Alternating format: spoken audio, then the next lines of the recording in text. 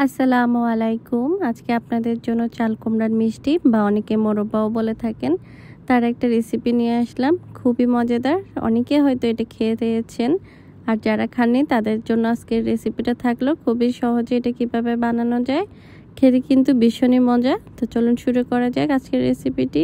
এটা বানাতে আমাদেরকে একদম পাকা বা বুড়ো চাল কুমড়া যেটা বলা হয় সেটাই লাগবে।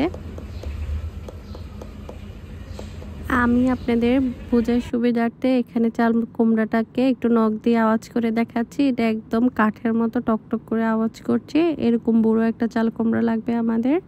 তো আমি সেটাকে কেটে একদম ভালো করে পরিষ্কার করে ভিতরে বীজগুলো ফেলে দিয়ে একটা কাঁটা চামচের সাহায্যে সবগুলোকে ভালো করে কেচে নিয়েছি। তারপরে আমি সেগুলোকে একটা পাতিলে পানি বসিয়ে দিয়েছি, যেন চাল কুমড়াটা একদম ভাসা ভাসা অবস্থায় থাকে। এরকম পরিমাণ পানি দিতে হবে। সেগুলোকে আমি 4-5 মিনিটের জন্য একটু ভাপিয়ে নিব। তবে বেশি সিদ্ধ করতে যাবেন না, তাহলে কিন্তু পরবর্তীতে যখন আমরা এটা রান্না করব একটু বেশি ভেঙে যাবে, সেটা আবার খেতে ভালো লাগবে না।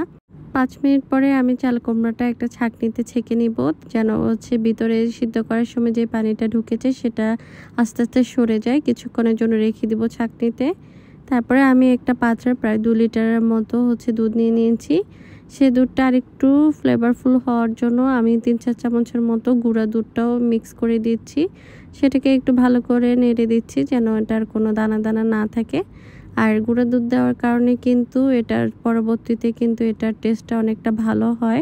আপনারা চাইলে স্কিপও করতে পারেন, এটাতে কোনো সমস্যা হবে না।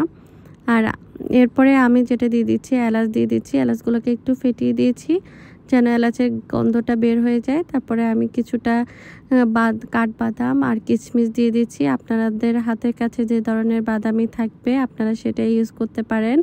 তারপরে আমি এখানে নারিকেল কোড়ানো দিয়ে দিচ্ছি। আমার নারিকেলগুলো একটু ভাজা ছিল, তো সেটা আমি এখানে দিয়ে দিচ্ছি। তারপরে আমি এখানে প্রায় 1.5 কাপের মতো গিয়ে চিনি দিয়ে দিচ্ছি, স্বাদ মতো লবণ দিয়ে দিচ্ছি।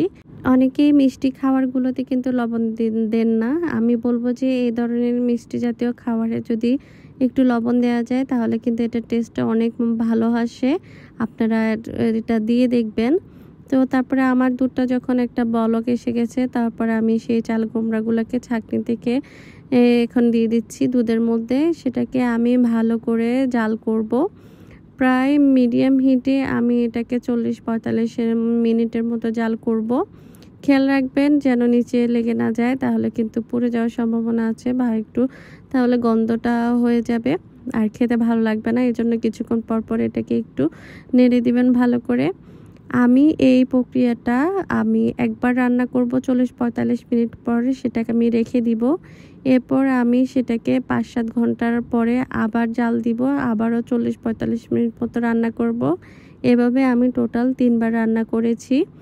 তো এরপরে আমি আগের দিন বিকালে রান্না করেছিলাম, পরের দিন আমার প্রায় সকালের পরে এখন 12টা বাজে পরের দিন এটাকে আমি বের করেছি। দেখুন আমার দুধের কালারটা দেখেন, অনেকটা রসমলাইয়ের কালারের মতো কিছুটা কালার হয়ে গেছে, বারবার জাল করার কারণেই কিন্তু এটা হয়েছে। আর এটা খেতে মাশাআল্লাহ আলহামদুলিল্লাহ অনেক ভালো হয়েছে।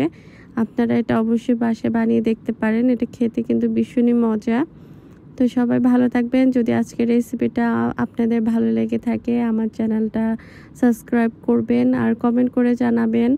যদি আপনাদের নিজেদের কোনো রেসিপি জানার থাকে সেটাও আমাকে কমেন্টে জানাতে পারেন, আর আমাকে সাপোর্ট করবেন সবাই। তো সবাই ভালো থাকবেন। আল্লাহ হাফেজ।